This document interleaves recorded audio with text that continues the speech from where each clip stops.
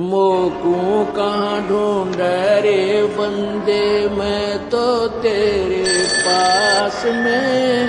मोकू कहाँ ढूंढे रे बंदे, मैं तो तेरे पास में, मैं तो तेरे।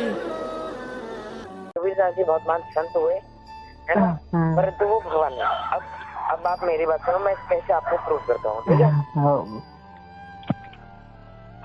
हाँ, तो सबसे पहली बात, पाराशर जी ने, पाराशर मुनि जो व्यासदेव जी के पिता हुए, उन्होंने एक हमें बड़ी अच्छी सी चीज दे दी कि उन्होंने बताया कि जिसमें भी ये 6 ऐश्वर्य पूर्णतया स्थित है वो भगवान है।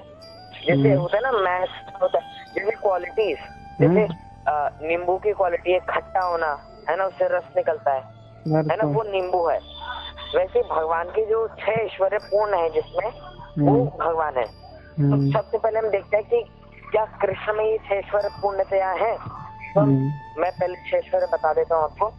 एक पूर्ण रूपतया सौंदर्य, है ना, जो सबसे सुंदर हो। दूसरा, जो सबसे ताकतवर हो। तीसरा, जो सबसे धनवान हो।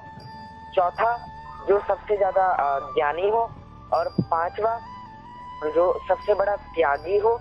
और छठवा, जो सबसे ज्यादा फेमस हो, मतलब यश जिसका सबसे ज्यादा हो। तो सबसे पहले प्रूव करते हैं सबसे ज्यादा धनवान, ठीक है। अब देखिए, कृष्ण और विष्णु में बहुत अंतर है। बहुत लोग समझते हैं कि विष्णु से कृष्ण की उत्पत्ति हुई है, परंतु ये गलत है। भागवत में साफ साफ लिखा हुआ है कि कृष्ण से भगवान विष्णु की उत्पत्ति हुई थी, ठीक है। नहीं, कृष्ण भगवान तो बहुत पीछे हैं गिनती में, अवतारों में। जो मैं आपको ये भी प्रूव कर देता हूँ, ठीक है, आपको प्रूव करता हूँ। मैं बताता हूँ कैसे ये हुआ। भगवान कृष्ण अवतार नहीं, अवतारी, मैं प्रूव करता हूँ अभी आपको 2 सेकंड के अंदर। पहली बात, जब भागवत में श्लोक है, एते चाम सकला पुंसा कृष्णस्तु भगवान स्वयं इंद्रादि व्याकुलम लोके पुनर्जन्म युगे युगे, मतलब इसमें अवतारों के बारे में ही बता रहे हैं। इसमें ये बता रहे हैं कि भागवत में सुखदेव गोस्वामी कि एते चाम सकड़ा पुंसा, मतलब ये सारे जो अंश हैं भगवान के अवतार, ये सब अवतार है। जैसे वरा, नरसिम्हा, विष्णु, नारायण, है ना, वामन, परशुराम, राम, ये सब अवतार हैं। परंतु कृष्णस्तु भगवान स्वयं, कृष्ण ही स्वयं भगवान है, मतलब वो ही आदि पुरुष है ना। कहाँ पे आदि पुरुष कहा गया? ब्रह्मा जी बोल रहे हैं अपनी ब्रह्म संहिता में, गोविंदम आदि पुरुषम तमहम भजामि, ये बोल रहे हैं ब्रह्मा जी, गोविंदम आदि पुरुषम। वो कृष्ण के लिए, वो विष्णु के लिए नहीं बोल रहे, वो कृष्ण के लिए बोल रहे हैं। वो हर लाइन में भगवान कृष्ण के बारे में ही बोल रहे हैं। और हाँ, तो भगवान बलराम जी से संकर्षण से चतुर्व्यूह, और चतुर्व्यूह से चतुर्भुज के 4 चतुर्व्यूह के बाद, उनके बाद महाविष्णु, फिर उनके बाद गर्भोदक्ष विष्णु के नाभि से ब्रह्मा जी का प्राकट्य हुआ। भागवत में तो ऐसी सृष्टि रचना है ही नहीं है। आप पढ़ो, मैं बताऊं कौन सा चैप्टर, आप पढ़ो फर्स्ट स्कंद, पहला स्कंद। पहले स्कंद में आप पहले अध्याय से लेकर 7वें अध्याय तक पढ़ो, और एक अध्याय तो इसी बारे में है। ये सृष्टि रचना, नहीं, ये सृष्टि रचना जो बता रहे हैं क्या? नहीं, आप बोल रहे हैं भागवत में भी है। मैं पहले ये प्रूव कर रहा था आपको कि विष्णु से कृष्ण नहीं आए, कृष्ण से विष्णु और अनेक जो अवतार हुए, नरसिम्हा, वामन, ये सब प्रकट हुए, है ना। कैसे? देखो, जब भागवत में कहाँ पे उल्लेख है मैं बता, देखो 3रे अध्याय में है या 4थे अध्याय में, इतना मुझे याद नहीं है। तीसरे, ये पूरा अध्याय जो है भागवत का प्रथम स्कंद का 3रा अध्याय, 4था अध्याय, ये है इसी बारे में, है ना, कि मतलब कैसे लोग जो मिसअंडरस्टैंडिंग है कि कृष्ण अवतार हैं, है ना। और जो 10 अवतार हैं उनके नाम भी कुछ इस प्रकार हैं: मत्स्य, कूर्मा, वराह, नरसिम्हा, वामन, परशुराम, राम, बलराम, बुद्ध, कल्कि, दशावतार। ये हमारे 10 अवतार हैं, ठीक है। तो ये हो गया कि अब आप सहमत हैं कि कृष्ण से विष्णु आए हैं, प्रकट हुए हैं? अभी साहब सहमत तो है, हमारी धारणा तो कुछ और ही है। नहीं, आप बताओ ना फिर क्या चीज आपको ये सहमत नहीं हो कि ऐसी चीज है तो नहीं हो सकता, बताओ। हाँ, ये तो कि जैसे राम हाँ। अवतार में आए भगवान विष्णु, हाँ तो उन्होंने बाली को मारा।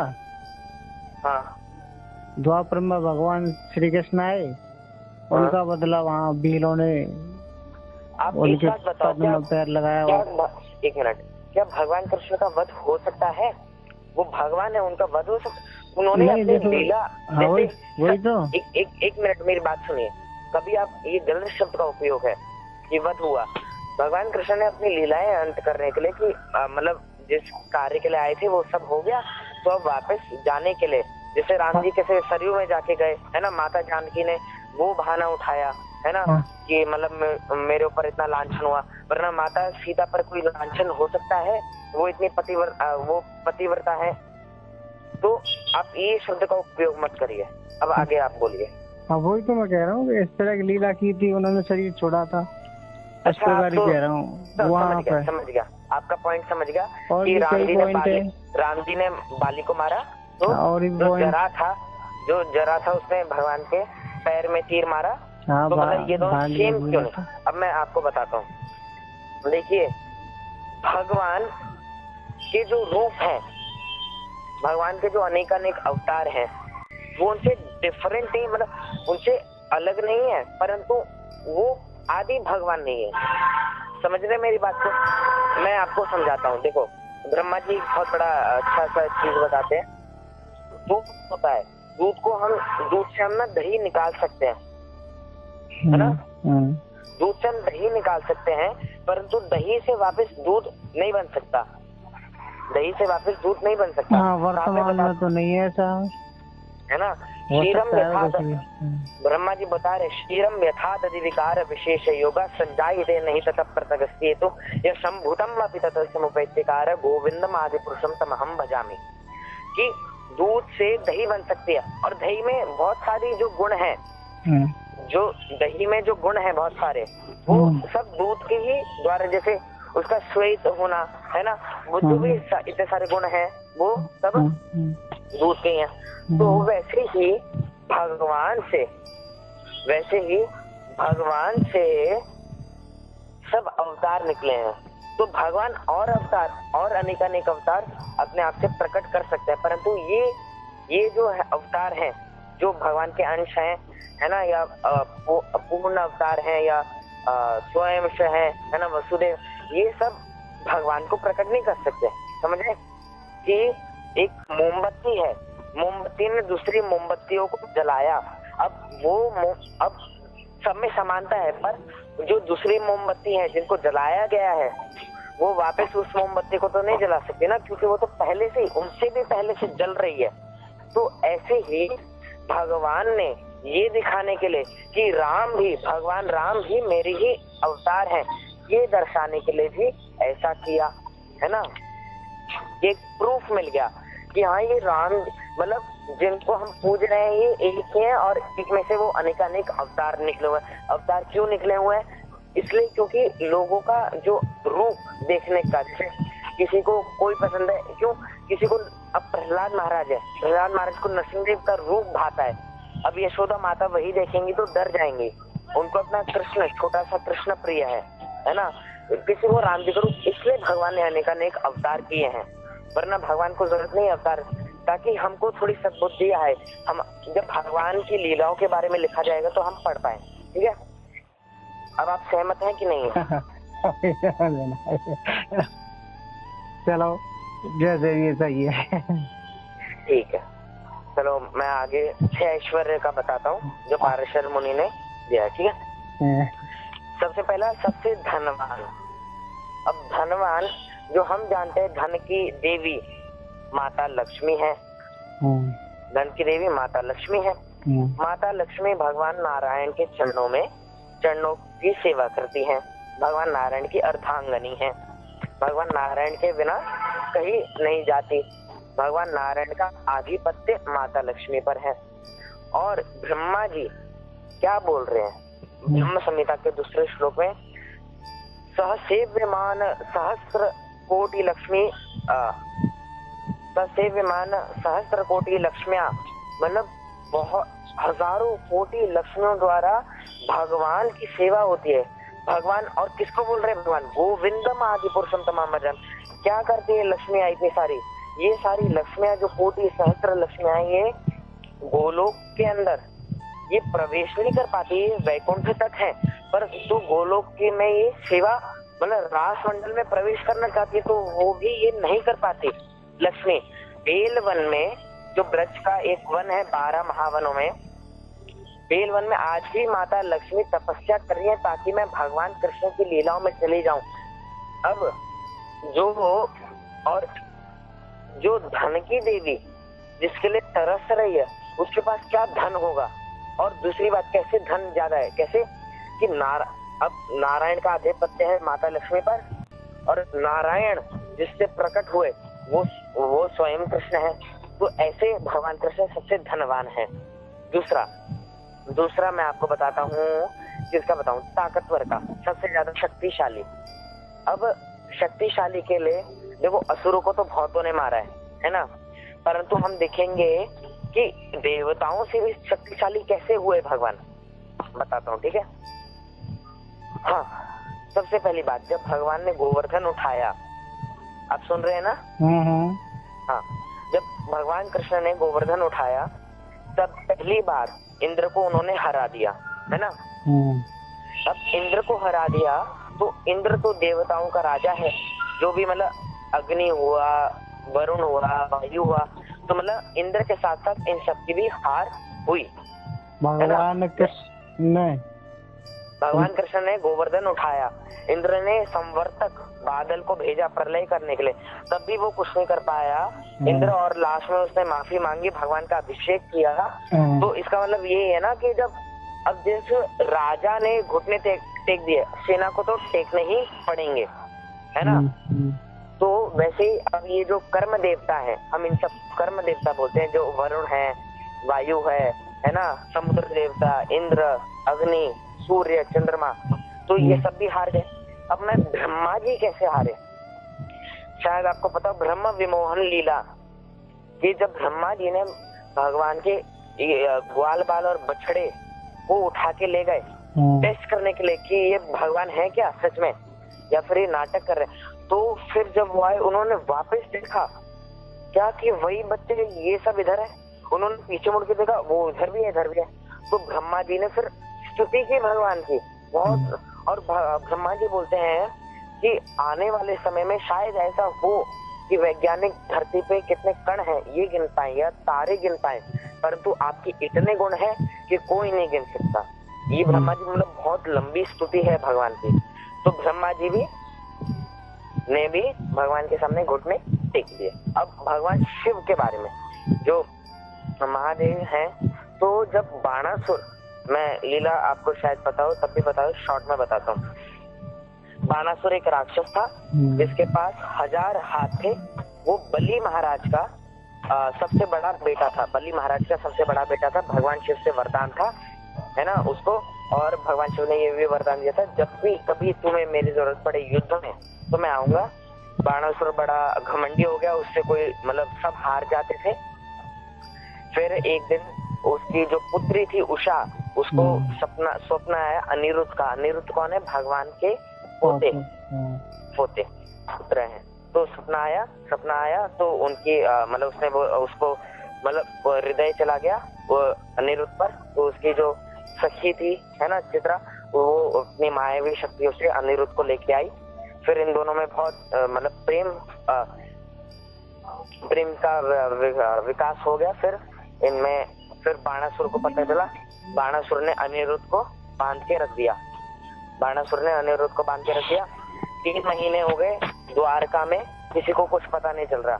नारद मुनि आए, भगवान कृष्ण को बताया कि ऐसा ऐसा हुआ है। तो भगवान कृष्ण ने युद्ध किया तो तभी बाणासुर ने भगवान शिव, कार्तिकेय, गणेश, इन सबको बुलाया। अब भगवान शिव और भगवान कृष्ण का जो युद्ध हुआ, इसके बारे में बताऊंगा शॉर्ट में, कि पहले तो बहुत सारे मतलब तीर दोनों के खत्म, तो फिर भगवान कृष्ण ने एक अपना एक ऐसा अस्त्र छोड़ा कि जिससे भगवान शिव को उबासी आने लगी, जिससे भगवान शिव को उबासी आने लगी। फिर उसके बाद भगवान शिव ने अपना जो सबसे श्रेष्ठ उनका अस्त्र है शिव ज्वर, जो बोलते हैं कि 1,00,000 सूर्य एक साथ इकट्ठा हो जाए, इतना गर्म है ना, और 3 मुख उसके, और मतलब ऐसे बहुत विकराल रूप उसको भेजा कि भाई इनको मारने के लिए।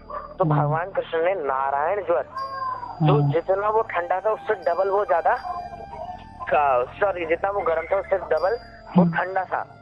तो ऐसे फिर उनमें कॉम्बैट चला। फिर नारायण ज्वर ने शिव ज्वर को भगवान के पास भेज दिया, मतलब कृष्ण के चरणों में भेज दिया। फिर शिव ज्वर स्तुति करते हैं भगवान की कि असली जो मेरे ऊपर आधिपत्य है वो आपका है, शिव ब्रह्मा है ना, विष्णु गणेश सब आपके ही दास हैं, ये बोलते हैं। तो इस तरह भगवान शिव को भी भगवान ने हरा दिया। तो ऐसा अब कोई और देवता नहीं है जिससे भगवान हारे हैं या जिसको हराए नहीं। तो अब ऐसे 2 मैंने ऐश्वर्य पूर्ण कर दिए। अब तीसरा ऐश्वर्य हम लेते हैं रिनंसिएट, यानी कि संन्यास, सॉरी संन्यास में त्याग कि सबसे बड़ा त्यागी। अब सबसे बड़ा त्यागी बोले तो सबसे पहले हमारे मस्तिष्क में भगवान शिव की छवि आती है, परंतु सबसे बड़ा त्यागी कैसे भगवान कृष्ण हुए मैं बताता हूँ। जब माता सती ने अपने आप को योगाग्नि में आहूत कर दिया, तो भगवान शिव अपनी माता सती को लेकर बोलते रहे, और जब तक भगवान विष्णु ने अपने चक्र से माता सती के 51 टुकड़े नहीं किए और शक्तिपीठ बन गए, तब तक वो, और उसके बाद भी वो बहुत विलाप करते रहे, है ना। तो ऐसे तो भगवान शिव त्यागी हो नहीं सकते कि वो अपनी पत्नी को नहीं छोड़ पाए। अब भगवान कृष्ण कैसे त्यागी हुए बताता हूँ। भगवान ने वृंदावन को छोड़ दिया, जो राधा रानी अपनी गोपियां, अपने माता यशोदा मैया, नंद बाबा, अपने ग्वाल बाल, अपनी गैया, अपना घर सब छोड़ के चले गए 1 सेकंड के अंदर, और उसके बाद कभी विलाप नहीं किया। कहीं भागवत में वर्णन नहीं है कि उन्होंने कभी विलाप किया हो। एक और बार सब ब्रजवासी मिले भगवान से, कहाँ पर? कुरुक्षेत्र में मिले, जब सूर्य ग्रहण चंद्र ग्रहण हुआ था बहुत बड़ा। तो तब राधा रानी ने बोला कि हमारे साथ चलो वापस वृंदावन में, तब भी भगवान नहीं आए। बोले नहीं, मेरा कार्य है ना, मैं जिसके लिए आया हूँ वो करूंगा। तो भगवान कृष्ण ऐसे बहुत बड़े त्यागी हैं कि जो भगवान शिव अपनी सती माता के लिए मतलब इतना वियोग में रहे, विलाप करते रहे, तो कैसे वो बड़े त्यागी जो अपनी पत्नी को ही नहीं त्याग सकता। तो और भगवान कृष्ण ने तो अब पढ़ा तो यही होगा कि ऐसे थोड़ी ना कि 1 महीने रुक जाओ, है ना, 2 साल रुक जाओ, सीधा छोड़ के चले गए मथुरा कि कंस को मारेंगे अब। और भगवान कृष्ण जानते थे कि देवकी और वसुदेव भी मेरे माता पिता हैं, और उनसे अलग भी इतने साल रहे, तो उससे बड़ा त्यागी कोई नहीं हो सकता। क्योंकि जो हमारे मस्तिष्क में छवि आती है सबसे पहले भगवान शिव की, और भगवान शिव से जो बड़ा त्यागी, उससे बड़ा त्यागी तो कोई नहीं। तो मैंने 3 ऐश्वर्य आपके पूर्ण कर दिए, चौथा ऐश्वर्य पूर्ण कर रहा हूँ। चौथा ऐश्वर्य पूर्ण करता हूँ रूप, मतलब सबसे ज्यादा ये सुंदर। सबसे ज्यादा सुंदर कैसे? अब भगवान शिव में 54 गुण है। कितने गुण है? 54। ब्रह्मा जी में 50 हैं, और नारायण में, भगवान नारायण में, भगवान विष्णु में 60 गुण है। 60 गुण है, 60 गुण है। परंतु भगवान कृष्ण में 64 गुण है। और जो मतलब यानी कि जो 60 गुण नारायण में है, वो 60 गुण कृष्ण में भी है। परंतु 4 ऐसे कौन से गुण है जिनसे वो मतलब आगे जा रहे हैं? क्या 4 गुण है मैं बताता हूँ। बताते ना राधा रानी में। राधा रानी का अलग कॉन्सेप्ट है। राधा रानी तो देखिए, राधा रानी भगवान की अंतरंगा शक्ति है, और राधा रानी तो मतलब राधा रानी कोई दुष्टों का विनाश करने, भक्तों का ये पालन करने नहीं आई, वो लीला के लिए आई थी राधा रानी। राधा रानी के चरणों में बैठते हैं भगवान, है ना। ये 64 का कहाँ लिखा हुआ है? क्या 64 का प्रमाण? हाँ, 64 का गुण अब भागवतम में पढ़ सकते हो। और दूसरा एक स्तोत्र है, गोविंद दामोदर स्तोत्र, आप उसको भी पढ़ सकते हो, उसके अंदर भी है ना 64 गुण। और 4 गुण है, मतलब जिससे आगे जा रहे हैं वो 4 गुण हैं। एक भक्त माधुर्य, कि भगवान जितना अपने भक्तों का ख्याल रखते हैं उतना कोई नहीं रखता। दूसरा वेणु माधुर्य, भगवान से अच्छी बांसुरी कोई नहीं बजाता। तीसरा है लीला माधुर्य, भगवान जैसी मनोहर लीलाएं करते हैं ना वैसी लीलाएं कोई नहीं करता, ना किसी ने की ना कोई कर पाएगा। और चौथा है रूप माधुर्य, चौथा है रूप माधुर्य। अब भगवान नारायण में ऐसी क्या कमी रह गई? पहली बात, भगवान नारायण के क्या बताऊं, कंधे से लेकर एक मतलब सेमी सर्कल है, वो बालों का सेमी सर्कल है, वो बाल बने हुए हैं। तो इस वजह से भगवान विष्णु की सुंदरता भगवान से कम होती है। अब जिसके वक्षस्थल पर बाल है ना, वो कैसे मतलब सुंदर हो सकता है? तो भगवान कृष्ण के ऐसे बाल नहीं है ना, और परंतु भगवान विष्णु के एक पूरा श्रीवत्स जो मार्ग है वो है पूरा, इसलिए रूप माधुर्य। तो हमारे कितने हो चुके? रिनंशियत, धनवान, शक्तिशाली, रूपवान, 2 बचे हैं, 4 हो चुके, 2 बचे हैं। हाँ 2 बचे हैं। एक नॉलेजेबल, सबसे पहले मतलब सबसे ज्यादा ज्ञानी कैसे है कोई, है ना। अब ब्रह्मा जी जो मतलब वेदों के पिता कहे जाते हैं, ब्रह्मा जी जो बोल रहे हैं कि अब ब्रह्मा जी को जिसने मोहित कर दिया, ब्रह्मा विमोहन लीला, अब ब्रह्मा जी को जिसने मोहित कर दिया, ब्रह्मा जी जो हम बोलते हैं मतलब सर्वज्ञानी है ना, ब्रह्मा जी ने सबसे पहले व्याकरण बनाया, मतलब बहुत सारी चीजें उनके बारे में। अब ब्रह्मा जी को जिसने विमोहित कर दिया, मतलब वो ब्रह्मा जी से भी कितना चालाक होगा।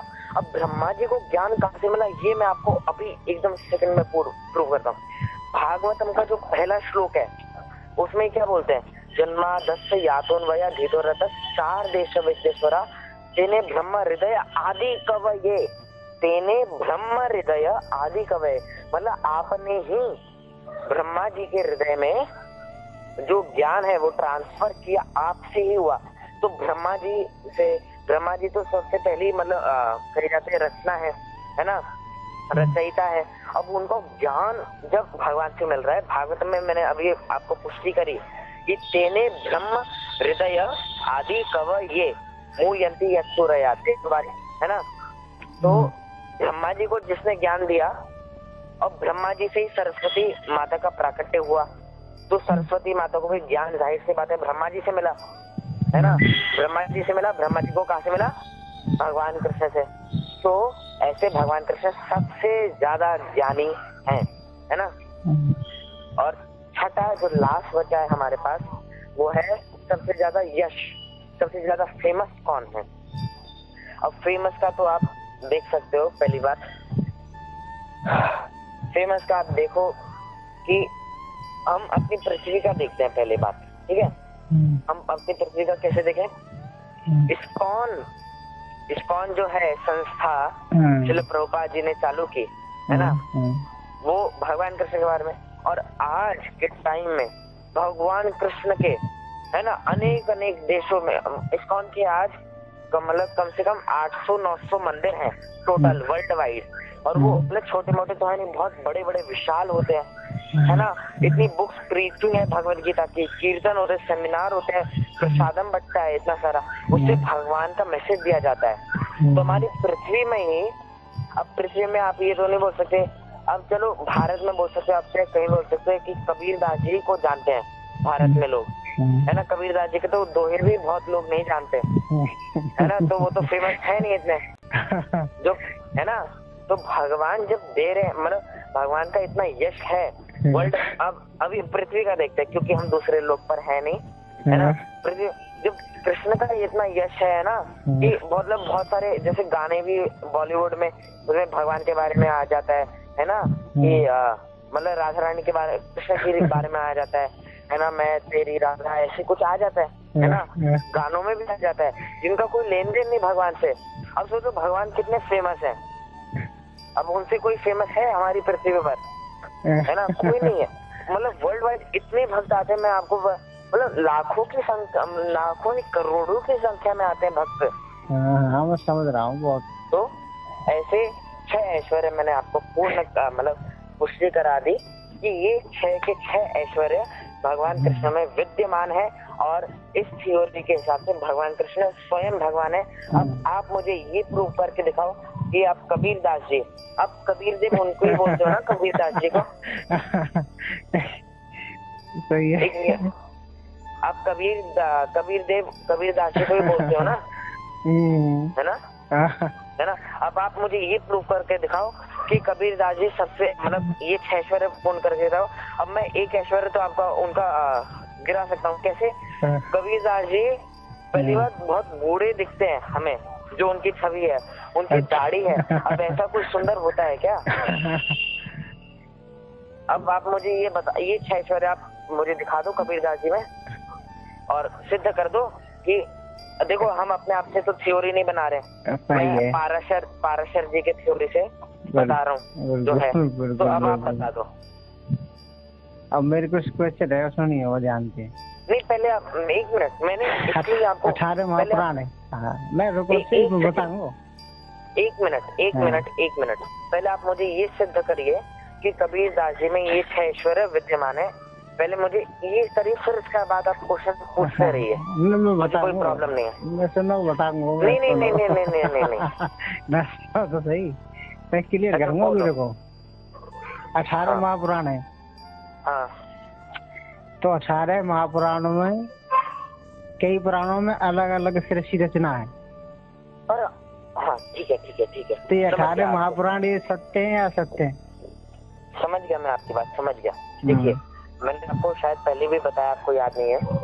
व्यास देव जी ने, ऐसा नहीं है कि व्यास देव जी ने प्रकट किए, जो पहले लोग श्रुतिधर थे, जो मतलब एक बार में सुन के याद होता था, है ना, ब्रह्मचर्य की वजह से, जो भी उनका रहन सहन की वजह से, वो व्यास देव जी ने देखा कि कलयुग के लोगों में नहीं है ना, कि एक बार सुन के याद नहीं करते, श्रुतिधर नहीं है। तो उन्होंने उनके लिए लिपि बनाई, जो भी तो ये लिपि, सुनो, ये लिपि है, सही है या गलत है?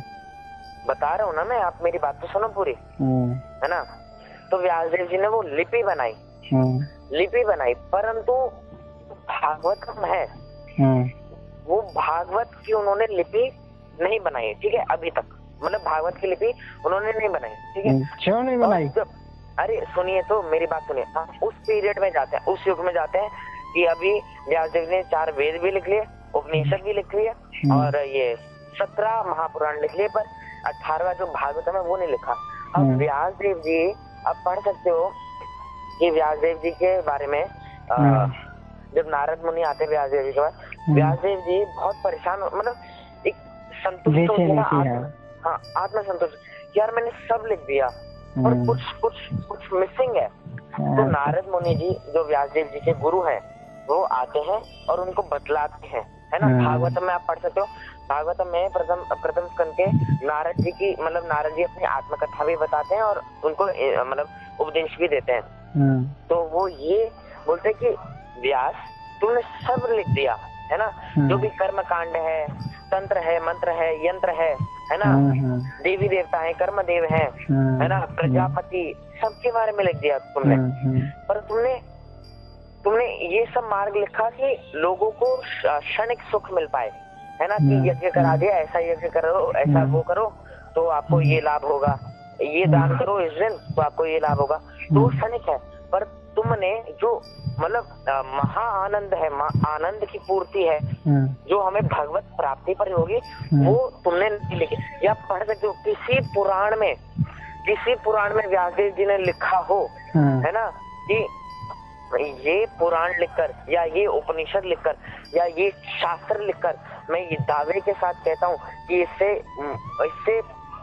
सीधा भगवत प्राप्ति होगी, है ना, कोई मतलब हानि नहीं होगी, है ना, इस पाथ में, इस राह में चलते हुए कोई हानि नहीं होगी। कहीं व्यासदेव जी ने लिखा है, कहाँ लिखा है आप बताओ? शिव पुराण में लिखा है कि कलयुग के लिए यही शिव प्राण है जो कि आदमी को मोक्ष कराएगा। देखिए, मोक्ष, अब आपने बहुत अच्छी बात देगा, या देखिए ऐसे लोगों में पहुंचाएगा, इस तरह की बातें। सुनिए, मोक्ष और भगवत प्राप्ति में बहुत अंतर है। ये कहानी पढ़ो, ये कहानी से लाभ होगा, ये कहानी पढ़ो, समझ गया मैं। आप मेरी बात तो सुनो। आपने बोला और व्यासदेव जी ने लिखा है, जरूर लिखा है कि मोक्ष होगा, है ना। भगवान शिव की आराधना करने से, शिव पुराण पढ़ने से मोक्ष होगा, देवी भागवत पढ़ने से, है ना, माँ देवी की आराधना करने से मोक्ष होगा। परंतु मोक्ष और भगवत प्राप्ति में क्या अंतर, मैं आपको अभी बतलाता हूँ 2 सेकंड में, है ना। 5 प्रकार के हमारे मोक्ष हैं। कितने प्रकार के? 5 प्रकार के मोक्ष हैं। जो उसमें सबसे मतलब नीचे उसमें है वो है संयुज्य मुक्ति, है ना। फिर मतलब ऐसे 5 मुक्ति हैं। वो क्या होती है मुक्ति में? हमारी मुक्ति में वो जिस और ले जाते हैं, वो क्या होता है कि हमारी आत्मा परमात्मा में जाकर या मतलब ब्राह्मण में जाकर लय हो जाएगी। मतलब फिर वो मतलब आराम करते रहेगी और कुछ नहीं करना। मतलब ऐसी आत्मा सोचो विलीन हो जाएगी, बस मिट, जैसे होता नहीं है कि बस गायब हो गई, बस ऐसे हो जाएगी, है ना। अंत नहीं होगा पर वो ऐसी रह जाएगी बस, और उसका फिर कुछ नहीं होगा। और जो बाकी मुक्तियां, उसमें ज्यादा से ज्यादा आप एंटर कर सकते हो शिवलोक तक, जो सदा शिवलोक है। सदा शिवलोक और ये कैलाश का जो शिवलोक है, इसमें क्या अंतर है? आप ये तो जानते हो कि 2 प्रकार के शिव हैं हमारे। एक सदा शिव है, एक लीला शिव है। जो लीला शिव है वो ये शिव है जो जिनके मतलब सती भी माता है, पार्वती माता है, गणेश भी है, कार्तिकेय भी है, ये लीला शिव है। और जो सदा शिव है, वो सदा शिव के बारे में लिखा है। कहाँ पर लिखा है? भागवतम में 6ठे स्कंद में लिखा है कि इलावृत वृक्ष में सदाशिव सदैव भगवान के पाद कमलों का स्मरण करते रहते हैं, है ना। और भगवान लीला शिव भी बता रहे हैं ना, राम रामेति रामेति, है ना, कि राम का नाम मैं भरता रहता हूँ हमेशा सदैव, है ना। सहस्त्र नाम विस्फुलम राम नाम वर्णने, है ना। तो ऐसे मोक्ष आपको मिल सकता है। और जो परमानंद है, आनंद, देखो हमें हम सबको सुख इसलिए चाहिए क्योंकि हम भगवान के अंश हैं, है ना। हम भगवान के अंश हैं और भगवान परमानंद है। कहाँ पे प्रूव है? मैं आपको अभी बताता हूँ। तैत्तिरीय उपनिषद में लिखा है एक मंत्र में, आनंदो ब्रह्मेति व्यजनात्, मतलब जो पर ब्रह्म है वो जो पर ब्रह्म है वो आनंद स्वरूप है ना। आनंद स्वरूप है, वही मतलब परम आनंद है, वही परम आनंद स्वरूप है। और भगवत गीता में भगवान को पर ब्रह्म नाम से एड्रेस किया जाता है कि पर ब्रह्म परम शाश्वतम, है ना। पर ब्रह्म पर शाश्वतम, है ना। आप ही पर ब्रह्म हो, तो इसलिए हमें जो सबसे ग्रेटेस्ट और जो लिमिट से सबसे ऊपर है आनंद, वो हमें भगवत प्राप्ति में मिलेगा। क्योंकि भगवान के साथ हम फिर उधर जैसे हम ग्वाल बाल भी बन सकते हैं हम, या फिर तो वात्सल्य रस में, माधुर्य रस में, गोलोक में, हाँ गोलोक वृंदावन धाम, जो गोलोक वृंदावन धाम है। पता है कितनी दिक्कत है? क्या दिक्कत है? माँ तो बहुत तगड़ी दिक्कत है साहब। क्या दिक्कत है? शुरू में ही देख लो तुम, सृष्टि रचना में, ब्रह्म विवर्त पुराण में, सहचाता नहीं आप सही में लड़ाई झगड़ो, सहचाता नहीं लड़ाई झगड़ा गोलोक में। हाँ अरे सुनो मेरी बात, गोलोक जो है ना वो भगवान का नित्य शाश्वत धाम है ना। बात सुनो पहले, भगवान ने जो इधर लीलाएं की, इधर असुरों को मारा, है ना। इधर बहुत सारी लीलाएं की, वो लीलाएं होती हैं उधर, पर उधर असुरों का ये, क्योंकि असुर एंटर नहीं कर सकते, असुर मानसिकता वाले भी एंटर नहीं कर सकते गोलोक वृंदावन धाम में। और भगवान बोल रहे हैं कि मेरा नित्य, क्या बोल रहे हैं, मम्मी वांछो जीवलोक जीव भूत सनातन, सॉरी नहीं, 15वें अध्याय में भगवद गीता के भगवान बोल रहे हैं 6ठे या 7वें कि न तद भाषा सूर्य न शशांको न पावक, है ना। भगवान बोल रहे हैं ना साफ साफ कि उधर सूर्य चंद्रमा का प्रकाश नहीं, मेरा जो ब्रह्म तेज है उससे प्रकाशित होता है। उधर कोई बिजली नहीं है, उधर ऐसा नहीं, वो मेरा नित्य शाश्वत धाम है, उधर आनंद ही आनंद है। उधर हम भगवान के साथ अलग अलग रसों में उनके साथ खेल सकते हैं, जैसे माधुर्य रस में गोपी बनकर, वात्सल्य रस में मैया बनकर, है ना, साख्य रस में उनके गोप बनकर, दास रस में दास बनकर, शांत रस में उनकी बांसुरी या पेड़ या बादल बनकर।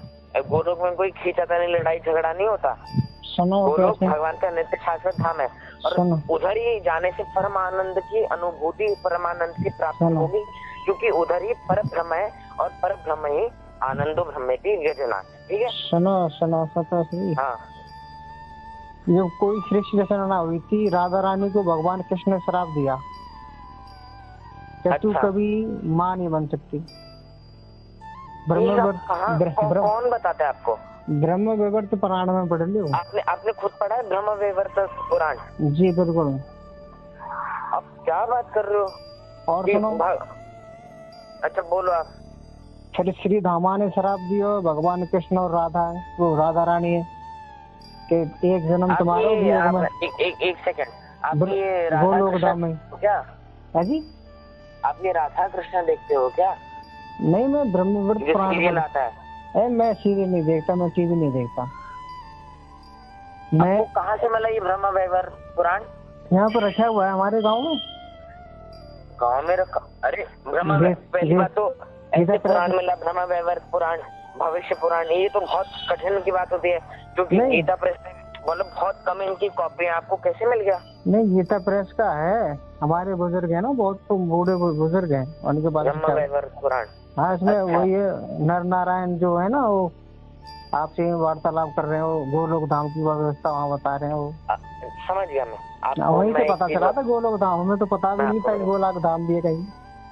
मैं बताता हूँ। देखो जो ये तो कई झगड़ा हुआ है बहुत। सुनिए, ये जो सब चीजें हुई है ना, कि श्री राम ने श्राप दिया है ना, मतलब धरातल पर उतरने का। देखो राधा रानी ने ये नहीं बोला यदा यदा इधर मस्य ग्लानिर्भवति भवति भारत, राधा रानी ने नहीं बोला, भगवान ने बोला ठीक है वो आएंगे हर युग में, किसी भी रूप में या अवतार भेजेंगे, खुद आएंगे, है ना। तो राधा रानी को भी आना था, कैसे क्यों आना था? भगवान को असिस्ट करने के लिए, भगवान के साथ लीलाएं करने के लिए। तो उनका कोई शराब की बात कर रहा हूँ ना मैं, वही बता रहा हूँ मैं। रोना धोना समस्या है, समझ गया ना मैं बता रहा हूँ। आप सुनिए तो बताओ। एक देखिए, कोई भी चीज बिना कारण के भगवान नहीं करते, तो राधा रानी कैसे बिना कारण के आ जाती? अब राधा रानी ने ना ये बोला दुष्टों का संहार करने आऊंगी, है ना, राधा रानी ने तो कुछ नहीं बोला। नहीं, सुनो, प्रकृति ये दुर्गा है, वो ही राधा है, ये वो इस तरह की बातें स्तुति गाई है वहाँ पे। क्या? जो राधा रानी है वही दुर्गा का रूप है, दुर्गा ने इतने माले उतने वो करेंगे, वो इस तरह की बात बताई हुई है प्रकृति खंड में। तो राधा रानी खुद तो नहीं कर रही ना, राधा रानी नहीं कर रही है, वो जो अवतार है, मैं जानता हूँ देवी भागवत में भी है, राधा जन्माष्टमी बुध है ना, कि नहीं पढ़ी, फिर कोई बात नहीं, मैं आपको बता रहा हूँ ना, समझे बात। देखिए जैसे कृष्ण मैंने अवतार होते ना, नरसिम्हा वराह कूर्मा, वैसे ही राधा रानी के ये सब अवतार हैं, है ना, पार्वती, दुर्गा, काली, है ना, कालरात्रि, तुलसी, है ना, लक्ष्मी, सरस्वती, ये सब राधा रानी के ही अवतार हैं। तो राधा रानी स्वयं खुद कुछ नहीं कर रही है, तो राधा रानी के आने का कारण होना चाहिए था, इसलिए श्री राम ने ये ऐसा श्राप हुआ। और पहली बात क्या राधा रानी और इनमें कोई नोकझोंक कैसे हो गई? बहुत लोग बोलते हैं ना कैसे हो गई, मतलब आप ही बोल रहे हो कि श्राप दे दिया, है ना, बहुत लड़ाई झगड़ा है, ऐसा नहीं है। देखिए एक लीला दर्शाने के लिए, है ना, कि लोगों के पास नेगेटिव तुम पॉजिटिव ले जा रहे चलो, है ना, कि लोगों के पास एक मतलब कथा हो, भगवान आए तो मतलब क्यों आए, है ना, राधा रानी क्यों आई, है ना, ये सब कैसे आए, तो लोगों के पास एक कथा हो। मैं बात कह रहा हूँ जैसे कि आम व्यक्तियों की तरह लड़ाई झगड़ा है ऊपर भी। वो देखिए पहली बात, भगवान उधर अपने ना मतलब जो ये होता है कि मैं भगवान हूँ तुम सब मेरे दास हो, ऐसे नहीं। जैसे भगवान वृंदावन में है ना, कि उधर मैया उनको चाटा भी लगा रही है ना, कि क्या कर दिया तूने, उनको रस्सी से भी बांध दिया, है ना, सखा उनके साथ खेल भी रहे हैं, है ना, गोपियां उनके साथ प्रेम भी करती हैं। तो ऐसा है गोलोक में ये नहीं कि भगवान लेटे हुए हैं और सब उनके चरण दबा रहे हैं, स्तुतियां गा रहे हैं, वो वैकुंठ में है ना। गोलोक में भगवान ना हमसे प्रेम करते हैं, और प्रेम जहाँ पे हो गया ना, सुनिए, प्रेम जहाँ पे हो गया वहाँ पे ये नहीं दास और स्वामी का भाव नहीं आएगा उधर। मतलब जब मेरे दोस्त बनो, है ना, गोपी है, मैया है, सखा है ना, मेरी गैया है, मेरी गाँव मेरी बांसुरी है, ये सब प्रेम है। तो प्रेम अब जिससे प्रेम है उससे आत्मा और लड़ाई परमात्मा को ये सब तो ऐसे प्रेम ना रे तुमने, आत्मा को और परमात्मा को प्रेम ये ऐसा ना हो, तुम सोच रहे का है? समझ में नहीं आ रहा आप क्या बोल रहे हो।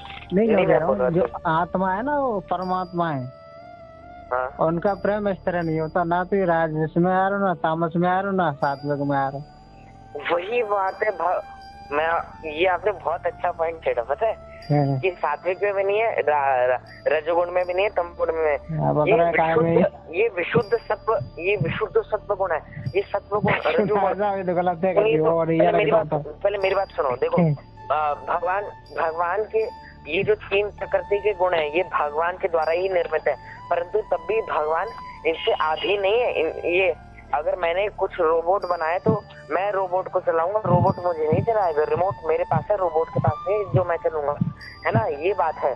तो भगवान का जो स्तर है वो सत्वगुण, रजोगुण, तमोगुण इन सबसे परे जाकर योग माया के स्तर पर जाकर विशुद्ध सत्वगुण है, और उस गुण पर जाने के लिए हमें इन तीनों गुणों से ऊपर जाना पड़ेगा। मतलब जो बिल्कुल ट्रांसेंडेंटल दिव्य गुण है वो है भगवान का, जिसमें भगवान लय करते हैं, है ना। अब देखिए कहाँ से कहाँ पहुंच गई, क्या बोल रहा था मैं। हाँ, अब मैंने देखो कृष्ण को प्रूव कर दिया कि भगवान है वो। आपने अभी तक जी को प्रूव नहीं किया कि वो भगवान थे। इन 6 श्लोक पूर्ण करके दिखाइए, क्योंकि यही थ्योरम हमारे पाराशर जी ने दी है ना, कि की प्रूफ दिया है कि ये जिसमें है विद्यमान ये 6 के 6 गुण पूर्णतया वही भगवान है और कोई भगवान नहीं है। तो आप पहले मुझे ये प्रूव करिए, बाद में फिर कुछ और क्वेश्चन आप कर सकते हैं। ये समझ रहा रही कि पुराण सत्य है, कौन सी सत्य है, किस पे आधार से वार्तालाप करें? देखो सत्य है वो बोल रहे हैं, व्यास जी बोल रहे हैं कि मोक्ष होगा। मैंने अभी आपको बताया ना कि मोक्ष और जो भगवत प्राप्ति है वो सृष्टि रचना, चलो सृष्टि रचना अलग अलग है, वो एक ही है, सब सही है गलत है? क्या मतलब सही, मुझे समझ में नहीं आया, आप बताएंगे थोड़ा इसके बारे में। देवी भागवत की सृष्टि रचना देवी ने करी है। हाँ समझ गया। शिव पुराण की शिव ने करी है। कौन सी सृष्टि रचना सही है? कौन सी सृष्टि रचना सही है? हाँ बताता हूँ। देखो मतलब ये है ना कि इनसे मतलब सब चीजें निकली, है ना। हाँ सब कुछ निकला, देवी से सब ने कुछ बनाया। सब ने अपना अपना एक उपयोग, मतलब क्या बोलूं इसको, योगदान दिया। देखिए माता पार्वती की वजह से, है ना, माता पार्वती और भगवान शिव की वजह से ही सबसे पहले मतलब ये जो पॉपुलेशन है ना, मानव, ये सब मतलब इनकी आज्ञा से ब्रह्मा जी ने किया। ब्रह्मा जी इंजीनियर है और डिजाइन अलग, और ब्रह्मा जी ने सूरज चांद पृथ्वी ब्रह्मांड सभी की रचना। देखिए अनेक ब्रह्मांड है ना, अनेक, और उन अलग अलग ब्रह्मांडों के अलग अलग ब्रह्मा जी हैं, है ना। तो देखिए परंतु भगवान कौन है? एक है, वो है कृष्ण। अब देखिए, अब आप बोल रहे हो सृष्टि रचना की इधर देवी ने की, इधर भगवान शिव ने की, इधर इसने की, इसने, ठीक है मैं बताता हूँ। पहले हम ये देखते हैं कि ब्रह्मा जी जो रचयिता है। अब जो हम रचयिता सोचे तो ब्रह्मा जी है ना रचयिता, है कि नहीं, है ना। ब्रह्मा जी जो रचयिता है वो कहाँ से प्रकट हुए? कहाँ से प्रकट हुए? विष्णु की नाभि से बताते हैं। विष्णु कहाँ से प्रकट हुए? मैंने अभी आपको बताया था। उसमें ब्रह्मवट पुराण में लिखा हुआ है। आप देखिए, देखो बात उलट रहे हो ना, मैंने नहीं बता रहा हूँ ना, उसी में बता रहा हूँ। हाँ। जो कि ये संयोग हुआ था कृष्ण भगवान का राधा रानी का। अब देखो क्या बात कर रहे हो, संयोग कैसे? वो प्रेम है, वो इसके लिए ये सुनो तो सही, प्रेम के संग संयोग है वो। ऐसा कभी नहीं होता। उन्होंने वो गर्भ फ्लेट कर दिया, वो अंडा निकले, वो शरीर वो हो रहा था। भगवान के प्रोग देंगे। देखिए सुनिए, ऐसा है, हो सकता है या फिर तो प्रिंटिंग में गलत है, या फिर तो ये ब्रह्म वैवर्त पुराण पूर्णतया गलत हो सकता है, असत हो सकता है, क्योंकि व्यास देव जी ने सिर्फ भागवतम को लिखकर उनको आत्मसंतुष्टि हुई, जो उनके गुरु श्री नारद मुनि ने अब बोला। भागवत में बता भगवान कृष्ण की ये 10वां स्कंद और ज्यादा दूसरे स्कंद में कथा है बस भगवान कृष्ण की, और कहाँ है? देखिए भगवान के बारे में पूर्ण नहीं नायवा है। में देखिए बताता हूँ सुनिए। पूर्ण जानकारी तो है। हाँ आप बताओ। देखो में शांति मिली बोलने। सुनिए तो मेरी बात। बताओ मेरी बात। देखिए अलग अलग स्कंदों में ना कहीं कहीं पर भगवान की लीला चालू हो जाती। जैसे तृतीय स्कंद में मैत्रेय विदुर के बीच के संवाद में भगवान की लीलाएं आ जाती हैं, है ना। और मतलब ज्यादा तो है ही ना, है ना। पहले दो के चार स्कंद है। सुनिए तो 12 स्कंद है ना। पहले के 2-3 स्कंद में तीसरे स्कंद तक मतलब हमारी रचना कैसे हुई, हम क्या है ना, मतलब कैसे सृष्टि हुई, ये सब है। पहले 3 अध्याय 3 स्कंद तक, फिर चौथे से छठे स्कंद तक कुछ राजाओं की कथाएं हैं। जैसे पृथु महाराज जो भगवान के ही एक अंश अवतार थे, है ना। अजामिल, है ना, इन सब की पुरुरव, है ना, इनकी कथाएं हैं, है ना, छठे स्कंद तक। फिर 7वें से 9वें स्कंद तक है थोड़े भगवान की अवतारों की लीलाएं हैं। भगवान के जैसे वामन, नरसिम्हा, ये इन सब की हैं। और 9वें में परशुराम जी की आ जाती है, राम जी की आ जाती है। फिर दशम स्कंद मेन है ना। दशम और 11वें तक भगवान की लीलाएं हैं, है ना। और फिर 11वें से 12वें स्कंद मतलब खत्म हो जाता है। और परीक्षित महाराज कैसे गए, है ना। फिर उनके बाद उनके पुत्र जन्मेजय ने ये यज्ञ कराए जिसमें सब सांपों को, सर्पों को, है ना, मारने के लिए। तो इतना आ जाता है।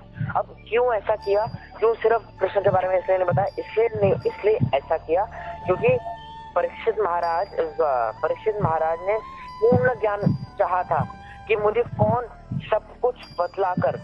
तो ऐसा क्यों ऐसा मतलब अवतारों के बारे में है, इसलिए है क्योंकि पहली बात तो कथा के लिए, है ना, कि सबको पता चले, है ना, कि ऐसे भी अवतार हैं। और दूसरी बात कि सुखदेव गोस्वामी जी ने इन सब अवतारों को, है ना, इन सब अवतारों को कंपेयर किया गया भगवान कृष्ण से, इन सब अवतारों। और इधर बतलाया गया कि कृष्ण ही श्रेष्ठ है, सर्वोत्तम है, सर्वश्रेष्ठ है। तो इसलिए इन अवतारों की कथाई। और बात रही आपकी ये मतलब अलग अलग पुराणों की कि इनसे मोक्ष हो सकता है, भगवत प्राप्ति नहीं हो सकती।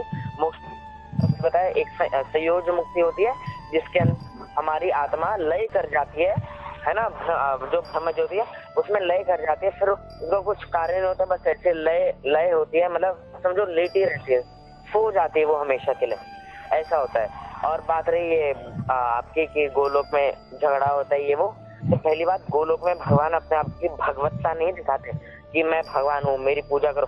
भगवान उसके साथ मतलब ऐसे हैं, क्या बोलते हैं, जैसे एक सखा के साथ तो बिल्कुल दोस्त, है ना, मैया के साथ तो बेटे, गोपियों के साथ तो प्रेमी, ऐसे हैं, है ना, ऐसे ही हैं। और बात रही है अंडा की, है ना, कि संयोग हुआ।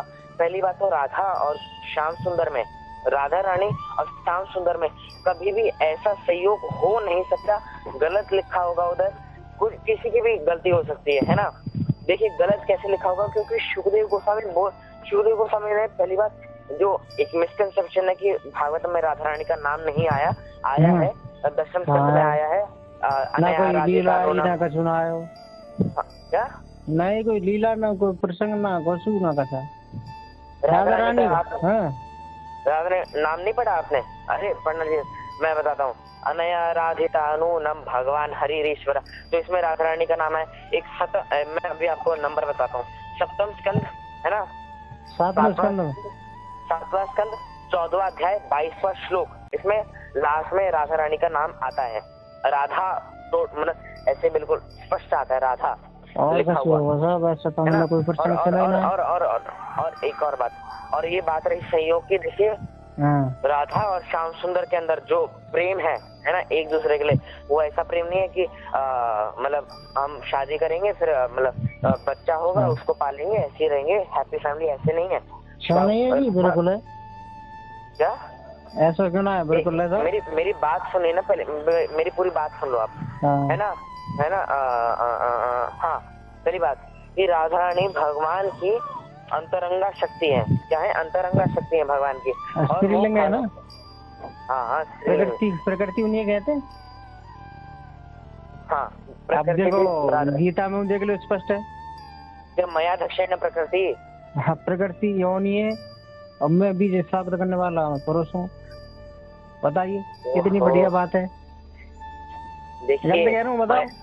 सुनो सुनो सुनो, मया दक्षिण प्रकृति सूर्य से सचराचरम, जो प्रकृति देवी है और भगवान जो बोल रहे हैं अहम बीजम वो तो बात सही है तुम्हारी। है ना?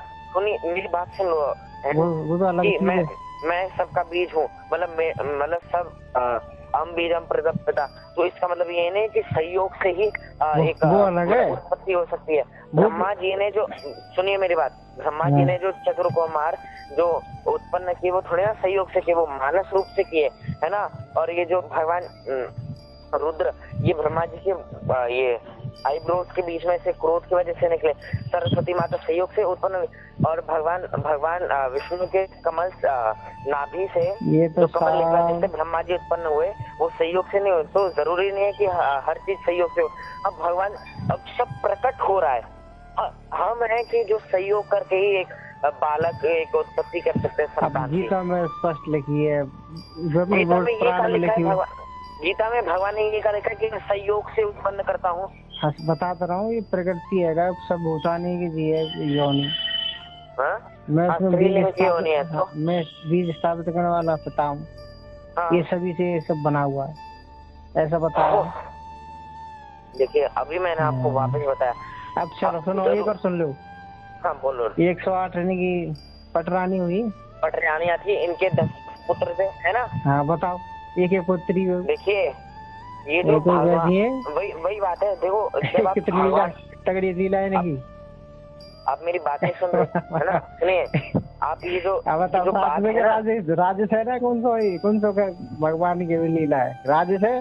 अगर अगर अगर अगर देखिए वामन देव की जो कथा है उसमें स्पष्ट लिखाया गया है कि भाई वीर से इनकी उत्पत्ति नहीं हुई, है ना? कपिल देव इनकी वीर से उत्पत्ति नहीं हुई। और जो कहाँ पे लिखा है कि भगवान के जो 10 मतलब हर पटरानी से 10 पुत्र थे, कहाँ पे लिखा है कि इनकी मतलब वीर से उत्पत्ति हुई या मतलब ब्रह्मवैवर्त पुराण क्या है? मतलब ब्रह्मवैवर्त पुराण में मैं तो उसी में लीला है ना भगवान की, उसी में तो लीला वही है। भागवतम में लीला है। अब क्या बता, अब पुराण में थोड़े ना भगवान कृष्ण की लीला है, थोड़ी सी है भगवान कृष्ण की, थोड़ी सी। तो देखिए अब लड़ाई है ना शिव शंकर की और भगवान कृष्ण की, उसमें सही होगा थोड़ा शिव पुराण में, है ना? तो देखिए जो ये लिखा हुआ है ना, संयोग हुआ। देखिए हो सकता, देखिए मैं लिखा हुआ है जब मैं स्पष्ट नहीं हूँ, पर मैं ये क्योंकि मैंने ये पढ़ा नहीं है आज तक ब्रह्मवैवर्त पुराण, पर मैं ये आपको बता रहा हूँ कि देखिए कहीं पर जब भगवान की उत्पत्ति ये राधा रानी उनकी माई कृष्ण भगवान की, तुम्हें पता हो तो? क्या राधा रानी माई क्या? मामा की पत्नी माई थी राधा रानी। समझ में नहीं आ रहा। राधा रानी भगवान कृष्ण की माई थी, मामी मम्मी थी, मामा की पत्नी मामी। हाँ मामी। राधा रानी भगवान कृष्ण की मामी थी। हाँ, छाया रूप थी वो। क्या बात कर रहे हो आप? ये ब्रह्मवैवर्त पुराण में लिखा हुआ है, बताओ। देखिए आप मुझे एक बार ना फोटो जरूर खींच के भेजना। बताना तो मैं देखूंगा, क्योंकि इसमें मैं देखिए मैंने पढ़ा नहीं ब्रह्मवैवर्त पुराण जो सच है, पर ये जो है ये सब कैसे आई? हमें तो गोलोक के बारे में ना पता, ही भगवान राधा कृष्ण के बारे में ना पता। वही तो देखिए पता क्या गलत है। देखिए एक चीज मैं आपको बताता हूँ, आप इतना पढ़ रहे हो कि हम जब कुछ चीजें एक चीज का बहुत सारे ग्रंथ पढ़ लेंगे ना, हम शिव पुराण भी पढ़ लिया, ये भी सब पढ़ लिया, सुनिए तो मेरी बात सुनिए, तो हम ना कंफ्यूज हो जाते हैं। मैं वेद व्यास जी ने करोगे ना फिर साहब सिस्टम बिगाड़ दियो। देखिए वेद व्यास जी ने कंफ्यूज नहीं किया। वेद व्यास ने भगवान कृष्ण ने करे अलग अलग जो संप्रदाय थी, अलग अलग पंथ मानते थे वो, तो उन्होंने उसको लिपि में लिख दिया कि आगे अगर कोई मानने वाला होगा तो मान ले, परंतु मैंने स्पष्ट लिखा कि कृष्ण ही भगवान है ना? है ना। तो चलो सुनो, भगवान कृष्ण जब आए ना शरीर में, देखिए भगवान कृष्ण का जो भगवान कृष्ण किसी शरीर में नहीं आए, भगवान कृष्ण का दिव्य शरीर जो है, जन्म कर्म च मे दिव्यम, है ना, जो वो किसी मानवीय शरीर में नहीं आए, उनका शरीर तब भी दिव्य ही था। दिव्य से कैसे सुनाओ और सुनो सही। जब शरीर में आए ना भगवान का शरीर हटका, जब लीला करवाए का, जब कोई ऋषि ना आया ना कोई महात्मा आया उनके पास, एक सिर्फ राजा मानते और भगवान विष्णु के अवतार मानते भगवान कृष्ण, नेक आदि आदर सम्मान करो करते, नहीं तो कोई भगवान तो इतना मानती ना कि जितनी महिमा पीछे गाई का है भगवान कृष्ण की। गलत कह रहा हूँ, बताओ वेद व्यास जी कितनी उम्र से रह रहे हैं वहाँ को घूमे ना गए, नेक स्तुति लिए हो बनने का चीज, अब पीछे इतनी महिमा गा रहे हैं भगवान कृष्ण की। अब पाराशर देख ले तुम, पाराशर ऋषि तपस्या में लगे क्या क्या साल लगे रहे। गलत कह रहा हूँ, बताओ। देखिए गलत नहीं कह रहे, देखिए सोचे वाली बात हमारी वहाँ में तो ना आई, मेरी बात सुनो, पीछे तो ही। हाँ, द्वारका में जो भगवान अब ये मतलब जो रोल निभा रहे हैं वो एक राजा का है, उधर भगवान बनकर वो अपनी एक आने वाले राजाओं को, है ना, एक संदेश दे रहे हैं कि कैसे मतलब समाज द्वारका के अगर भगवान का पढ़ो कि कैसे जैसे एक और सुन लो, वो द्रौपदी वार सुन लो। हाँ, अब द्रौपदी को चीर कौन बढ़ावा? भगवान कृष्ण गोविंद, है ना। ये महाभारत में पहले जब पांचों पांडव और द्रौपदी वहां चले गए वन में, तो भगवान कृष्ण पीछे मिले हुए आए कहाँ, तब द्रौपदी बुरी तरह से रो रही है, उनने सांत्वना दे रहे भगवान कृष्ण कि ऐसे और वैसे मैं देख रहा हूँ कि अर्जुन के हाथों सबरी पांडव मारे जाएंगे, सॉरी कौरव मारे जाएंगे। अर्जुन के हाथों, अगर मैं के हाथों पांडव के हाथों, चलो बोलो। हाँ तो अर्जुन लिख रहा है क्या, अर्जुन ऐसे। हाँ जो भी, और मरे तो भीम के हाथ में, और पर वहाँ लिखिए कि या क्या नाम है ये जो चौपार्ची हुई की जुआ, अगर मैं वहाँ होता ना सभा में तो मैं जुआ, मुझे पता होती कि जुआ हो रहा है तो मैं जुआ क्यों होने नहीं देता, इसके अवगुण गिनाता, अगर कोई नहीं मानता तो मैं बलपूर्वक ऐसे नहीं करता, ये था वो था। तो बताओ मैंने लेना पड़ो कि जुआ हैरो का हैरो चीर बढ़ा गया है, मुँह पहुँच गए। अब बताओ, देखिए चीर मुँह कौन बढ़ाया साहब? देखो सुनो, अब सुनो एक और शिव प्राणी का सुन लो, मैं एक एक करके करूंगा, है ना, मेरे में इतनी क्षमता नहीं कि मैं दो सुनिए पहले मेरी बात सुनो। देखो मैं बोल रहा हूँ, मैं बता रहा हूँ ना, इसका जो आपने पूछा अभी कि सभा में वैसे तो पता नहीं कि सभा में थे और भाई वैसे चीर बढ़ाने आ गए, तो देखिए मेरी बात सुन लो, आप क्या हो जाएगा, मैं आपको आंसर दे रहा हूँ, आप दूसरा प्रश्न पूछ लेना। देखिए सुन, अब कोई बात नहीं, आप लिख लो कहीं पर, कोई याद रख लो, है ना। सुनिए एक मिनट पहले मेरी बात सुनो। भगवान ने इधर बोल रहे हैं कि मैं सभा में होता तो मैं रोक लेता, है ना, और वैसे वो चीर बनाने के लिए आगे। देखिए इधर भगवान जो भगवान क्यों नहीं, मतलब वैसे तो उन्हें पता नहीं था जो कह रहे हैं, वो पता नहीं क्यों नहीं आए, सुनिए तो इसलिए नहीं आए भगवान, क्योंकि उनको दर्शाना था कि देखो ये जो जुआ है, ये मतलब द्यूत है, ये द्यूत कीड़ा अर्जुन मतलब युधिष्ठिर जैसे धर्मज्ञाता, अर्जुन जैसे पराक्रमी, भीम जैसे बलशाली, नकुल जैसे सुंदर, सहदेव जैसे ज्ञानी को तक भी नहीं छोड़ती। और मतलब ये इधर से क्या हमें लेसन मिलता है कि भाई द्यूत ऐसी चीजें कभी नहीं खेलनी, क्योंकि इसने युधिष्ठिर महाराज को भी मतलब ऐसे कर दिया कंगाल। और कुछ लोग क्या बोलते हैं कि युधिष्ठिर महाराज ने भी खेला, हम भी खेलेंगे, वो मूर्ख है लोग। जब युधिष्ठिर महाराज को नहीं छोड़ा ये द्यूत ने, क्रीड़ा ने, तो उनको क्या छोड़ेंगे।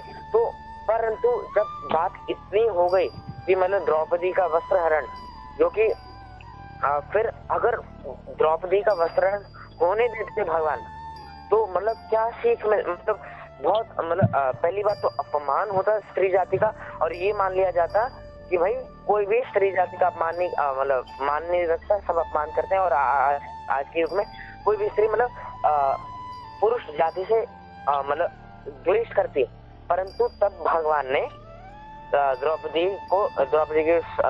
की रक्षा करी, है ना।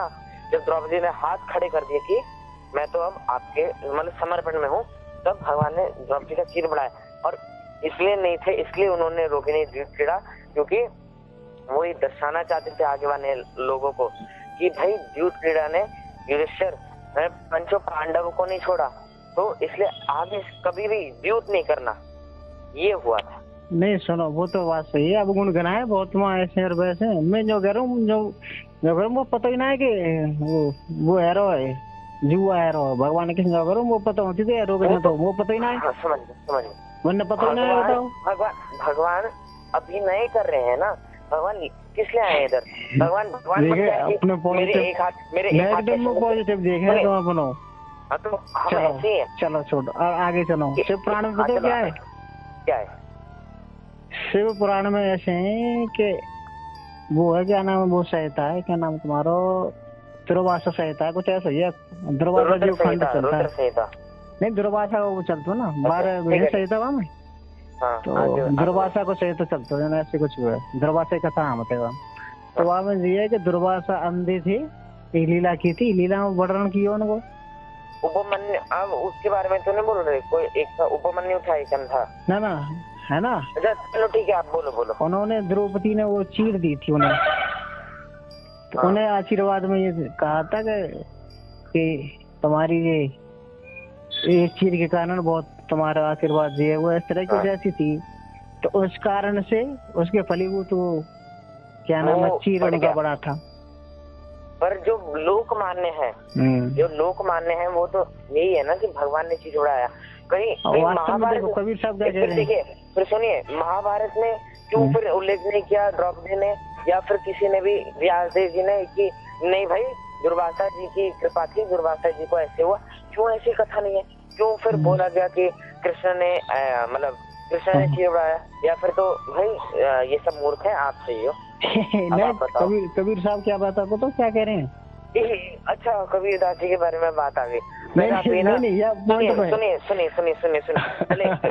आपने मुझसे बहुत क्वेश्चन पूछे है ना, मैं आपसे बस एक क्वेश्चन पूछ रहा था जो आप अभी तक जवाब नहीं दिया कि आपको प्रूव करना है कि 6 ऐश्वर्य पूर्ण है, और मैं कृष्ण के अंदर 6 ऐश्वर्य पूर्ण रूप दिखा चुका हूँ। अब आप ये प्रूव करिए कि कबीर दास जी में 6 ऐश्वर्य पूर्ण है। हाँ करिए, अभी क्वेश्चन। अब आराम कर ले, चलो है आराम कर ले अब। नहीं फिर आप फोन भी नहीं उठाते, आज पता उठा लिया। नहीं उठाऊंगा मैं नहीं मेरी कब नाराज फारा जाएगी। देखिए फोन ना कर रही। देखिए सिंपल सी बात है, या फिर तो आप अभी एक्सेप्ट कर लो कि कबीरदास जी में ये गुण नहीं हो भगवान है, या फिर तो मुझे अभी प्रूव करके दिखाओ, है ना। अब देखो पुराना पैंट है मेरे ऊपर, पुराना पैंट लगा हुआ हो, अब तुम एक दिन नए दिन हम छुड़ा देंगे? टाइम लगेगी छूटने में। गलत देखिए, ये इसका मतलब गलत इसका मतलब ये है कि आपको अगर पता नहीं है कि मतलब कबीरदास में ये गुण विद्यमान है, इसलिए आप टाइम मांग रहे हो। अगर आपको पता हो तो आप अभी बता दो ना। देखिए मजाक की बात नहीं, इसका मतलब मैं आपको क्या बताने की कोशिश कर रहा हूँ, आप मेरी बात मैं बताने की कोशिश नहीं कर रहा, मैं आपको ये बताने की कोशिश कर रहा हूँ आप गलत मार्ग पर चल रहे हो, और इसलिए मैं आपको स्पेशली बता रहा हूँ क्योंकि मैंने देखा एक संग थोड़ी बदल जाऊंगा। एक संग तो बदल जाऊंगा ना, टाइम लगेगी ना, धीरे धीरे 2-4 दिन बात करेंगे, तुम्हारे विचार सुनेंगे, हम अपने विचार देंगे, जब भी तो बात सुनेंगे। मैंने तो अपना विचार आपके सामने रख दिया, मैंने आपसे प्रूव कर दिया कि कृष्ण ही परम भगवान है ना, प्रूव कर दिया है ना। तो अब आप मुझे ये प्रूव, मैं सिंपल सी बात थी, चलो आपने और क्वेश्चन पूछ लिया, कोई बात नहीं है ना, मैं उसके आंसर बाद में भी दे सकता हूँ, परंतु पहले मुझे ये जानना है कि क्या कबीरदास जी में ऐसे ये गुण विद्यमान है, और है तो आप मतलब सिद्ध करो, पुष्टि करो, और नहीं है तो भाई सीधा आप बोले कि ऐसे नहीं है, और आप ये मानो कि कबीरदास जी भगवान नहीं थे। अब रुक जाओ, बताएंगे धीरे धीरे सब बात होगी। ऐसे तो नहीं होता ना। अब एक सेकंड ना है, जीवन लंबा हो हमारा, काका की जो अपने मृत्यु कभी भी आ सकती है, हो सकता है आप फोन रखो मृत्यु हो जाए ना। अविनाश क्या साहब आ सकती है। आप कबीर साहब नाम रख देंगे अभी वो। देखिए मैं सच में मेरी बहुत बड़ी तीव्र इच्छा है, आप समझ नहीं रहे मेरी बात को, परंतु आप मुझे एक बार अभी ज्यादा से ज्यादा 15 मिनट लगेंगे। अब मुझे बता तुम कहाँ के रहने वाले हो, अपना परिचय बताओ ब्रो, मेरा परिचय ले फिर आगे बताएंगे। नहीं है ऐसे, आप पहले मुझे ना अब ना आप पहले अपने परिचय दे, फिर मैं अपने परिचय दूँ, जब पता पड़ेगी तुम्हें सब नहीं। बताओ। मैं दिल्ली में रहता हूँ। अच्छा, कितनी उम्र है तुम्हारी? मेरी 13 साल। ओ काफी जानकारी है तुम्हें तो, फिर 13 साल ही है ना। अच्छा, पढ़ाई करते होंगे है ना? हाँ। अब आप बताओ। मेरी उम्र तो कम से कम 24-25 वर्ष। सुनने तो कोई बात नहीं, आप मैं सुनो, मैं मथुरा को रहने वाला हूँ। हाँ, वो टोन से ही पता चल गया, ब्रजवासी। हाँ, और मेरे यहाँ आज ही गांव में हमारा पास मथुरा में वृंदावन में आना जाना होता है। यहाँ पर गुरुकुल बनना है इस्कॉन वाला। मैं उसमें ही पढ़ता हूँ। आज ही वाले में? हाँ। आज ही वाले में? हाँ। आज ही वाले? हाँ। अच्छा। हाँ। ये अच्छा नंबर तो वहाँ से वैसे कॉन्टेक्ट नंबर ले लिया। तो मैं यहाँ पे आया था, शुरू में बनना था, ये यही हमारे पास खेत है उधर ही। अच्छा। हाँ, मैं ये व्यर्थ की प्रज्वल पर हटा के आप पहले मुझे ये सिद्ध करो, या फिर आप अपनी हार मानो। नहीं, मैं मजाक नहीं, कुछ हंसी नहीं, मैं सच बोल रहा हूँ, क्योंकि ना आप समझ नहीं सकते, मैं पढ़ता हूँ ना, जैसे आप बहुत सारे लोग हैं जो बोलते हैं, मतलब रामपाल जी, मुझे ना बहुत ऐसे होता है, बहुत ज्यादा। नहीं, मतलब समझ सकते हो? समझ रहा हूँ, मैं भावना समझ रहा हूँ, है ना? तो आप अभी कर दो, है ना, या फिर तो आप हार मान लो। मैं मजाक की बात नहीं कर रहा, मैं कोई हंसी की बात नहीं कर रहा, मैं बिल्कुल सीरियस हूँ, है ना? आप अभी कर दो, क्योंकि देखो अगर हम तो करते रहेंगे वार्तालाप, आप टेंशन मत लो। ऐसा नहीं है ना। देखिए मुझे, मैं पता नहीं, आप समझ नहीं रहे मेरी बात को, आप कर दो सिर्फ, या फिर तो आप अभी हार मान लो। क्योंकि अगर आप अभी नहीं कर सकते, इसका मतलब ये है कि आपको पूर्ण रूप ज्ञान नहीं। आपको पूर्ण रूप ज्ञान नहीं, यानी आपके जो भी संत हैं, है ना, जो भी गुरु हैं, उनके पास पूर्ण रूप ज्ञान नहीं है। अब उनका पूर्ण रूप ज्ञान नहीं है, तो इसका अर्थ आपका ये जो आप जो भी फॉलो कर रहे हो, ये पंथ जो भी इसको कहूँ मैं, ये गलत है। देखो सुनो, आप सुनो, अब पुरानो पेंट है तो धीरे धीरे उतरेगा। अब तुम एक संग उतारना चाह रहे हैं, कैसे उतर जाएगा? अब टाइम तो लगेगी थोड़ी। मैंने कृष्ण के जो 6 ईश्वर हैं, वो मैंने ज्यादा से ज्यादा मुश्किल से मुश्किल 15 मिनट में प्रूव किए। वो बाकी जो प्रश्न थे आपके, वो मैंने करे, है ना? तो आप सिर्फ ये मुझे 15 मिनट नहीं तो 10 मिनट, 15 मिनट, ज्यादा से ज्यादा 20 मिनट लग जाएंगे। देखो 15 मिनट में तुम्हें समझ आएगी, समझ आ जाएगी, मैं मान लूंगा। आप पर मुझे प्रूव तो करो ना। जैसे मैंने एक पॉइंट दिया, मैंने कुछ ज्यादा पॉइंट नहीं दिया ना, मैंने एक पॉइंट दिया कि भाई ऐसे ऐसे हुआ था, ऐसी लीलाएं हैं, है ना, तो ऐसे प्रूफ है। बस आप ऐसे कुछ आप लीला बता दो, या ये बता दो कि अब बता दो बस। अब रुक जाओ ना, हम ऐसी वार्तालाप करते रहेंगे, 2-4 ना, रुक जाओ, धीरे धीरे बता देंगे। या फिर तो आप जो आपके रामपाल जी, उनका नंबर दे दो आप मुझे। अरे जाओ, देखिए इसका मतलब ये है ना कि आप भी नहीं, आप जानते होते कि अगर मैं आपसे पूछ रहा हूँ 1+2, आप ये बोलते ना सीधा 3। अगर आप नहीं जानते तो आप बोलोगे बाद में करेंगे। अच्छा है कि ये रहस्य बड़ा जटिल है, समझ रहे हैं ना? मैंने 15 मिनट में बता दिया, कोई जटिल है? मैंने एक लीला उठाई, मैंने भगवान की एक लीला ही उठाई ना। अब तुम्हें नॉलेज है भगवान की, हमें आपको प्रूव कर दिया। नहीं, भगवान की तो नॉलेज है, हमें अभी गुरुकुल में पढ़ रहे हैं साहब, हम तो ग्रामीण है। पर आप उनको तो फॉलो कर रहे हो ना, जो भी है ना, उनको तो आप फॉलो कर रहे हो ना। समय अब देखो, समय काफी है, तुम भी आराम करो, हम भी आराम करें, कल बात कर लेंगे। ठीक है। हरे कृष्ण। राम राम राम।